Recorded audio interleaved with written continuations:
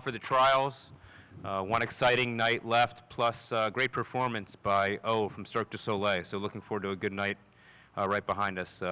We wanted to invite Frank, Bob, and David to give a quick synopsis of the week from the Olympic team makeup standpoint and what they're looking forward to over the next 6 weeks. I'm going to turn over to Frank right now, who's got an announcement to make in addition to his general comments. So Frank Bush, USA Swimming National Team Director.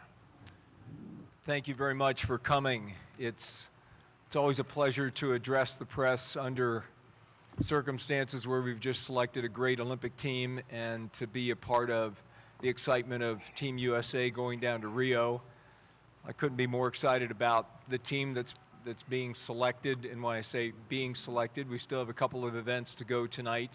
So tonight's going to be a lot of fun to watch some great racing. And people have asked many questions about Rio and all the various obstacles in that, and all of you know that the Olympic city is chosen 7 years in advance. And if you can remember back when Rio was chosen in '09, that it was in a robust economy. It's one of the most colorful and enjoyable places in the world to go. Everybody was very excited. I know the people there are very excited to have us. They are doing their best under some tough circumstances now, but I can tell you that Team USA is excited to go. At this time, I'd like to introduce to you the coaching staff that's going to join Team USA, and I'm going to start with the women first, and I'm just going to ask the coaches to stand up and just be recognized for just a second. On the women's side, Coach Bruce Gemmel. Coach Greg Meehan. Coach Ray Luz. On the men's side, Coach Jack Bowerly. Coach Dave Durden. And Coach Mike Bottom. So one of the questions I've been asked the most, and the coaches will address some of these, are, boy, it seems like there's a lot of first-timers on this team, and Chuck just informed me that in 12 we had 28 newcomers, in 16 we have 29 newcomers. So I know it's because maybe some of the big names didn't make this team, but it's very similar to the team that we took to London, and we're very excited about taking this team to London too. This is Michael's 5th Olympics. What an amazing accomplishment. And I remember Michael swimming in 2000 when he was 15 years old, and Bob will never forget it either, because I wasn't on the USA staff at that time, and Bob wasn't on the staff at that time, though he was in camp with Michael throughout, and because he was 15 years old, and it was a good thing he was there. But it was an amazing experience in Sydney, and all the way through I've had the opportunity to be and watch this great talent. Ryan, his 4th Olympics. Another amazing talent for the United States. Multiple gold medalist, many medals. It's great to have him back on the team. We have several athletes in their 3rd Olympics, and we have quite a few in their 2nd. So the average age of the men's team is 23.9. On the women's side, it's 22.3. So I'm going to turn it over to the head coaches. Again, thank you for coming. Most importantly, thank you for your interest and your passion in our sport. So many of your faces I see regularly at big events. And for our sport, it's so important that you're here and to be a part of this and share in the joy and the excitement of every story and every kid, and some that make it, some that just barely miss, in the celebration of those that are doing this that have had the opportunity to do this many times before, and obviously for the rookies. So thank you to all of you for working hard for our sport. It's very much appreciated. So I'm going to turn this over to our head coaches. Okay. Thanks, Frank. On the men's side of the equation, I feel like we've seen some guys step up that we haven't had before, and I can't wait to see them go to the games and step up again. we had some tremendous races in swimming and incredible preparation from some of these all of these coaches that are sitting in this room, right? They did an amazing job preparing these guys for this meet, and I know they will continue that as we go into Rio. One of the things that we have always done well, better than anyone else, is improve from the trials to the games. And I'm confident we're going to do that again. We have a great plan in place to do that. And quite frankly, we're going to have to do that if we want to have the kind of Olympics that we are, expected to have and want to have. So I feel very good about where we are now, but I know going forward, we're going to step that to a new level, and we'll see some new faces step up at the top. We have our tried and true guys, and I think Michael and Ryan, those guys, we're going to be able to count on them. Nathan. But it'd be very exciting to have a new group of young guys step up, swim on some relays, swim some individual events, and kind of take us into the next era of swimming. David? I think one of the things about this meet, a little bit like Bob was talking about, is this meet is about iron sharpening iron. There's a lot of blood that is shed in this pool, especially in the back rooms back here where, and honestly, the sort of emotional moment last night in the hotel when Cullen walked into the hotel lobby and the entire lobby stopped. More than I think any time when another athlete that qualified went in the lobby. And at the end of the day, the sport's about people. And Cullen's one of their people. The people that are on the Olympic team will be representing Cullen in the Olympic Games. And Tony and Nathan step up for the 50 free. They're going to be buoyed by the challenge that Cullen gave them last night. And that's going to happen in every event. And that's what makes the U.S. strong, is that not only that that you have to go through a really tough test to get to represent the United States, but that along the way, your people who are your toughest competitors are often also your closest friends. And so we'll leave Omaha with a lot of tears, a lot of joy, giant challenge. We are going to have to improve for sure. On the women's side, I think there's some real strengths and there's some, I would say, significant challenges, really event by event. Obviously, Katie and Missy and Dana and the leaders that are experienced, that have been down this road before, we're going to be counting on them to help kind of fast forward the younger swimmers so that it's not an Olympic of an experience, but it's an Olympic of performance. That performance starts yesterday, day before. There are a lot of people practicing in the pool right now. They're training right now, and will be for the next 6 days at their home clubs to prepare for training camp where we'll prepare for Rio. So as much as it's you want to take time after the trials to take a deep breath and go, okay, whew, honestly, there's not time. There's the next thing is right here, and that's called practice today. Thanks, gentlemen. We'll open it up for questions. If you could raise your hand. We do have the mic runners once again here. If you could identify yourself, your outlet, and to whom your question is for, that'd be fantastic. We'll start right up here with Mike, and then go to Bonnie and Karen. One of the great things about the Olympic experience, and especially going forward from camp to the games itself, is some of the bonding activities that you do. I think last time I remember a video that seemed to go viral from day one, and I wonder if you have any specific things that you've got planned for the ladies and men, and who your leaders in that process might be.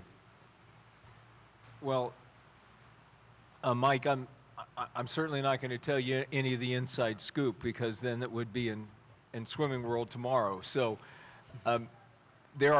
we obviously have plans for some activities outside of the pool, outside of the hotel. One of the most important things is to make sure that when we house our athletes, we're in locations where they can feel free to leave the hotel and be in a place that has items of interest to them, places of interest to them. So as far as what we do with things with inside the team. We have some skits, we have some other things that we do to bond the team together, but we try and make sure that there are activities that just give them, instead of thinking about swimming 24/7 and knowing the pressures that they're about to face in Rio, when we leave the pool, we try and make sure that their mind's on something besides swimming. Bonnie. Hi, Bonnie Ford from ESPN.com. For either of the head coaches, pivoting off Bob's comment about we do this 5 weeks or whatever it is better than anyone else. In your careers, how much have you seen the philosophy of the Olympic year taper evolve? Let's just take, the last 16 as an example. How much more do you know? How much are you still guessing at how people are going to come out of it? Well, great question. Wow. I think that one of the things that we know, at least for our situation, going back to maybe 96, 92, we had early trials in those years. And since then, we have had trials that ends about 30 days prior. And statistically, we are much better when we have the trials later. And there are several reasons for this. Number one, you pick your best team much closer to the trials. You don't have to go through a full training cycle where a lot of things can happen, good and bad, but a lot of times bad things happen in a long period of time. And once they're at a peak level like they are now, it's much easier, in my opinion, to make small adjustments to help them improve or to try to correct some things that maybe didn't go well here. So you already know what you have, so it makes it much easier to sort of manipulate the training to get them to do what you want them to do later. And I think we've become very, very good at that. I know I've learned from a lot of people like Mark Schubert and Frank Bush and David as I came along, because the system that I've been involved in has always been the late trials. And I think if you look at the numbers, we're very good at taking people who swim a good trials or even a poor trials and getting them to swim faster a month later. I think a little bit is from the college systems where generally they all have come through a conference and then an NCAA championship, so they're pretty comfortable with in essence, a double taper, and also an emotional meet, and then taking time to come down off it to be emotional again. But I really do think, and I think anybody out here will tell you, the veterans, when they qualify, you get relief. I made it. It's relief. The young people, Kathleen Baker, when she made it, it's pure joy. It's pure just joy, and honestly, there's two different ways to get relief and joy ready. Relief's probably easier to get ready because sometimes it's like, all right, doggone it. And really Michael and Ryan are kind of in that situation where it's like, okay, we're going to fourth gear now. Out of third gear into fourth gear, going in. And that's what it's going to take. And sometimes you need the information from this kind of meet to know what you need to do. Right. And if you don't hit fourth gear with the person who's the joy person, they're not going to Rio. Exactly. They're not making it. They got it. And so I think that's the difference in what we're dealing with now. Phenomenal staff we have here. These are our guys that have been through this and know how to make these adjustments. And I can assure you there'll be some fun practices between. I'm looking forward to learning from these practices from these guys in the coming weeks, as to see what we do. Question for Bob. Michael said he trusts that you have adjustments that you can make with him to get his times faster in the next few weeks. Are you clear on what you need to do, and what did you think of his times this week? I thought his times this week were mediocre, and I am crystal clear on what I need to do. Can you share? Cannot share. And then just for both of you, in nearly half the events to this point with 2 to go, the winning time here is slower than 4 years ago. What do you make of that? How do you explain it? You want to take that one? I don't have a good explanation. It's a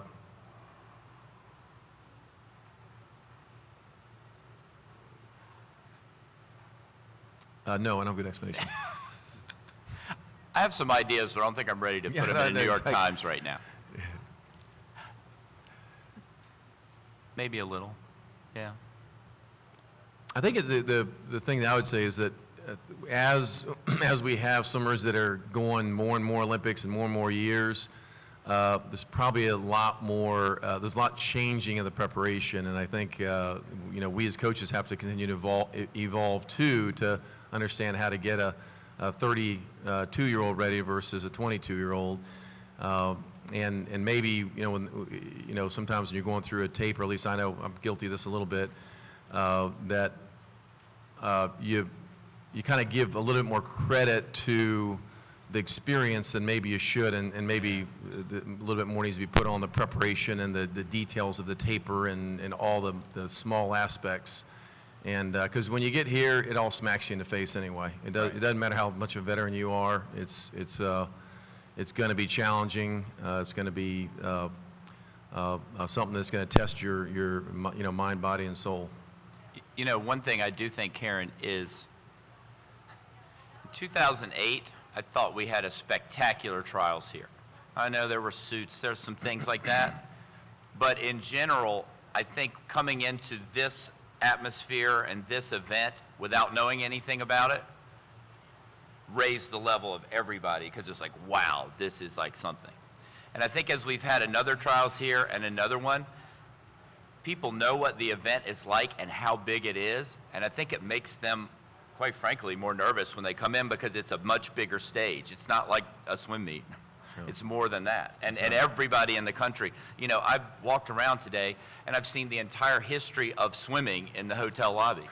It's a much different event than it used to be in 2000.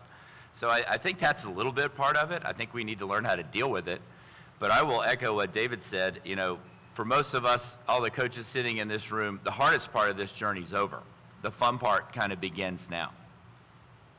And if you think Michael wasn't nervous for those races, he absolutely was. Everybody is. Nobody's a sure thing here. Maybe Katie. Sorry, Bruce, but you know how that works. We'll go Bonnie and then Rich. I'm sorry. Beth. Beth. Get your B's mixed up. I'm sorry. Beth Harris, AP. This is for Bob. What specific, starting with training camp, what specific steps are you going to take now to acclimate everybody for the 10 p.m. finals? It's very good. Including sleeping when everyone else in the village is running around awake. Exactly. We at as USA Swimming, Frank has led this, and I've been working with this for a while, since I'm kind of interested in this kind of thing. So for a couple of years, we've been working on a plan with Dr. Randy Wilbur, who's a, brilliant physiologist with the USOC. And we're going to be gradually, making the times of training later, and starting with San Antonio, then we're going to move it another step down so that we're very close to Rio and Atlanta. We're in Atlanta for a reason, because we want to go from an Eastern time zone into Rio, only one time change, but it's west. So I think we have a very good plan to acclimate the athletes to the later swimming. And they're not going to have a problem. If you look at physiology, when you're younger, your body temperature keeps rising till it reaches a peak about midnight. That's why they stay up late so much. People like me, we reach our peak at 2 and start cooling down. That's why we go to sleep, right? So it's going to be the hardest on us. The kids, I think, are going to be fine. But we do have a very good plan for that. In terms of the sleeping, we've made some arrangements with how we're going to be in the village and where the athletes are going to be placed versus other sports to help them with that noise level. And we're using some other techniques that I think are going to make that better for them. So I think we've covered all the bases we can cover, and I'm confident that that won't be an issue. Bob, you mentioned last Saturday, I believe, looking forward to maybe the infusion of some youngsters stepping up, and Yeah. you mentioned Ryan specifically. With respect to the older people that maybe didn't make it because of these guys coming on, Yeah. what's the excitement level maybe for you and David to work with some of these 20-year-olds, 22-year-olds, and kind of see what they can do the next 5 weeks? Well, anytime you get the kind of up-and-comers, it's always very exciting, particularly the people that have had enough experience that they're going to be ready when we get there. The good news for us is the coaches who got them there are on the staff. We just get to sit back and enjoy, and we can help in some way maybe, but, Dave will take care of Ryan. I'm sure he's already got his plan down, and it's going to be fantastic. Those guys had as good a meet here as I've ever seen, so I don't think we have to worry about anything in terms of that. But, the young guys, The younger ones, I think the things that they're going to learn the most on this are from the veterans. They're going to be up close and personal maybe with Michael or Nathan or people that, you know, they have idolized, and they're going to get to actually see how they operate in a training camp environment. And I know that one of the probably most important moments in Michael's life, and I won't go through the whole story, happened in 2000 where he just happened to learn a lot from Tom Dolan. And he idolized Tom Dolan. And when Michael first got there, he thought it was like Disneyland, right? It kind of was. Run around, go to all over Pasadena. He was using a lot of energy. I was on him to rest more. He didn't want to do it. And there was this, you know, so many things that they had planned. And I remember this one night, they had this guys' night out to play video games. Well, at that time, that would be Michael's favorite thing in the world. And he was so tired in training, not really training that well. And I'll never forget, he was sitting next to Tom after practice, and Michael and I had kind of had a little thing where I was like, do you really need to do this? Maybe you should go to bed. And he said, Tom, going to guys' night out? And Tom's like, no way, I'm getting ready for the Olympic Games. I'm going back and going to bed. You want to come back and watch a movie? And Michael's like, well, yeah. And that really was a big thing. They went back, and from that, Michael learned that you don't have to say yes to everything that's offered. And that's what these young guys are going to learn from the veterans. And that's something we can't teach them. Barry Sperluga from the Washington Post. Bob, going a little bit off of that, and then David, what you said earlier about training a 32-year-old versus a 22-year-old. I think this is the first team in a very, very long time where there's not a 15 or 16-year-old. The youngest, I think, is Katie at 19. Yeah. People have talked a lot about Michael expanding the sport and allowing people to stay in it for longer. Is there a little bit of a backside of that in which younger swimmers are not going to get Olympic experiences that will benefit them in 4 and 8 years? You want to take that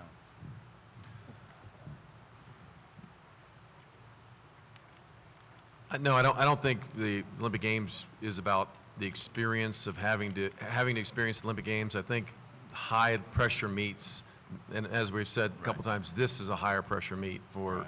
So they've got experience, and part of what you saw here was the people making the teams here generally have experienced this before. Kathleen Baker can remember in exact detail when she's 11 years old as a spectator in the bleachers at this meet what she saw. Her parents would describe her as literally she wouldn't even get up to go get popcorn between things because she was so dialed into every detail, not just the races, but everything, how they walked out, how they took off their sweats. And then she made semifinals last time, and now she's made the Olympic Games. And so that's happening already. I think it's great that the maturity aspect of the sport is raising higher and higher. I mean, all the college coaches that are in this room that are selected for the staff have committed their program first to the Olympic Games, really in some ways in opposition to what you're hired for from an athletic director standpoint is the NCAAs and your conference championships, and have sacrificed probably in some cases that process to commit further to the Olympic Games. And as we know, the collegiate system is the heartbeat of and maybe the competitive advantage that we've enjoyed for a long time.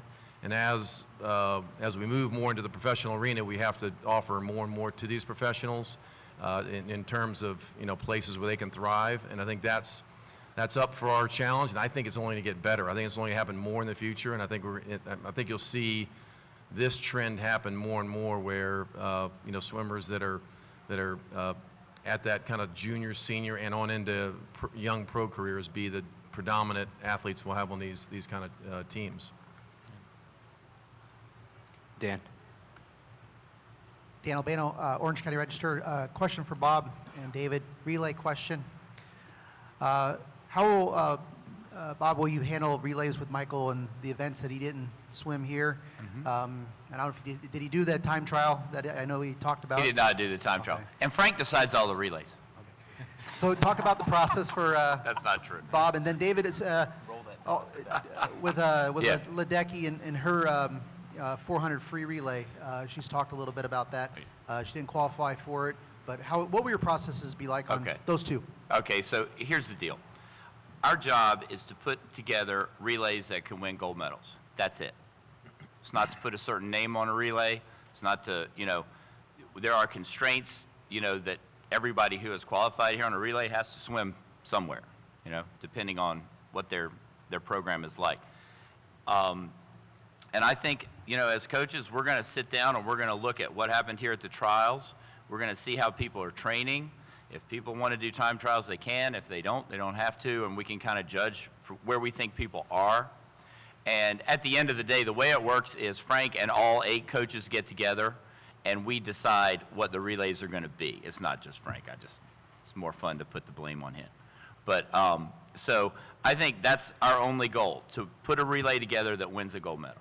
And if that happens to have Michael on it, that's fine. If it doesn't, that is fine as well. I'm not here to promote Michael's agenda. He has plenty of relay medals. We want our relays to win. And we want the 4 people on there who will do the job. And specific to Katie, she's one of the females on the team, so she's considered for all the relays. Right. And so when we get there, some of the information we'll get, how people are doing there. And this was one of the meets where I'd say, there was different levels of preparation for this meet, and Exactly. who's to say how we'll be hitting it down there? And and the more information we have, the better. Now the rough thing for the women's 400 free relay, it's the first day, so we don't have performance information like we would have later in the meet. So if there's any change of information, it'll happen during the training camp, and I think everybody takes all the information in. I think it's one change, though, is that all the athletes that were selected have to either swim in the morning or at night, and that does change the situation because you're not going to have as many sort of experimental swimmers. We had some rough relays last summer, and we have to put our people on the relays that will get us in the finals. The world, especially the men's side, 400 free relay, 800 free relay medley, they're putting their A players in the morning swims now, and so our first job is to get in the finals, because to be if you're going to win a gold medal or any medal, you have to be in the finals to do that. And so we'll be working on that. And first meeting with the coaches today, I just said, if you have any guys, like Anthony Irvin in my case, that hasn't done a relay start in a long time, do a lot of relay starts in the next week, please, so we can get comfortable with that. What, John? John Lone of Swim Vortex. This is for Bob and David. In terms of getting the group together at training camp, how much does it help to have additional eyes from the coaches on different athletes? I think it really helps. We all kind of do our thing on a daily basis in relative isolation, and I think it really helps to have people to sort of bounce some ideas off of, or validate some idea that you had, and I think it's a tremendous asset for everybody, because we all don't look at things the same way, which makes us great. And I think you can learn a lot from each other, and I think the athletes can really learn a lot, and we can pick up things that'll help them in that process. So I think it's a big advantage. I think one of my favorite things about the Olympics, being on Olympic staffs, really any national team staff, is as much as we're all competitive at what we do with the different swimmers we have, especially the college coaches and to some degree club, when staffs are named, we head out together, it's unbelievable the collaboration that happens. Literally everybody will do anything for anybody, and it just stays like that. And it's a really impressive atmosphere to get to live in for a while. It's the best stroke clinic and swim clinic you could ever attend. Over here. This is for each coach. Yeah. In his opening remarks, Frank alluded to those swimmers this week who just barely missed being on the team. Yeah. Can you address those swimmers in particular who caught your attention, that may be ascending, who did not make the team? Wow. I think there are a number of people out there that, or different phases. I don't know, the ascending people who didn't make it. There was a lot of third places. There's a lot of third that places are ranked top 10 in the world. That was frustrating. amazing. That 100 fly last night, this number 2, 3, and 4. Wow, that's some heartbreak for people. That was 4 100s and 2 more 100s, right? 6 100s between the middle 2. So my heart goes out to those guys. I do think that there are people out there that probably came in here, a lot of these young guys, and were looking forward to doing something, maybe didn't yet, that have plenty of time. And I would encourage you guys who write for websites that lots of swimmers read to lay off these guys as soon as they do something good when they're younger, because it doesn't help them. I know that your job is to get people to look at your site, but I think there's some young guys that have been living with this for 2 years that probably would have done better if they had been able to just kind of develop at their own pace and not have a lot of expectations placed on them by people who predict what they're going to do long before they are ready to maybe do something. But, you know, for me, it's just part of this meet.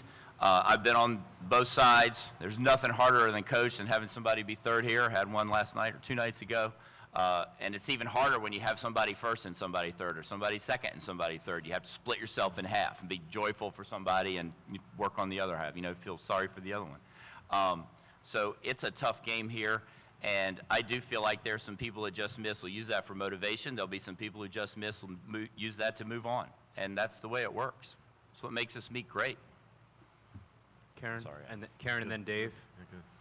Question for Dave. It's not every Olympics. You have a mother on the team. What allowances will you make for Dana just at training camp and at the Olympics, given that she has, you know, a toddler? You want me to answer that? Yep. You probably, Karen, we have a family policy that we began before the last Olympics, and it is, if you go to our website, you can see it. It's basically in the spouse, children are permitted to stay in the same hotel during our first camp, not on our floor, not participate in any team activities, but we want families to be comfortable. We want moms or dads to be comfortable. We want husband or wives to be comfortable under these circumstances because it's different. And to think that that's not part of their success would be ridiculous. And they're great role models for the younger people that we have coming through. But once we get to Atlanta, that's a different story. Atlanta, our camps are closed to any coaches, to immediate family members. So it's at that point in time, it's when we come together as a team and a staff, and that's, I think, is our strength as we go forward. I think there's a lot of maturity too. It's just she's going to have perspective, just like Michael will, and others, not just because of years, but you know, a baby puts it in a different kind of perspective, which I think everybody respects. I mean, today I was watching in the processing.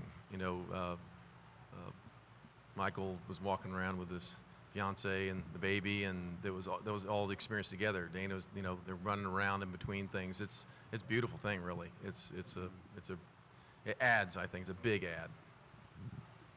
This question's for Coach Marsh. So how important do you think it was for Kathleen to make this team, and what can she and her peers, you know, take from this going forward? How important was it, Kathleen? To make the team, and what do you think she can kind of take away from this as she goes forward in her career and becomes, you know, becomes a veteran on this stage?